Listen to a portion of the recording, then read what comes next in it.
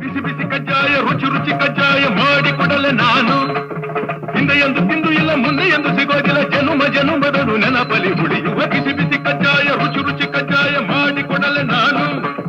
ಹಿಂದೆ ಎಂದು ತಿಂದು ಇಲ್ಲ ಮುಂದೆ ಎಂದು ಸಿಗೋದಿಲ್ಲ, ಜನುಮ ಜನುಮದನು ನೆನಪಲಿ ಉಳಿಯುವ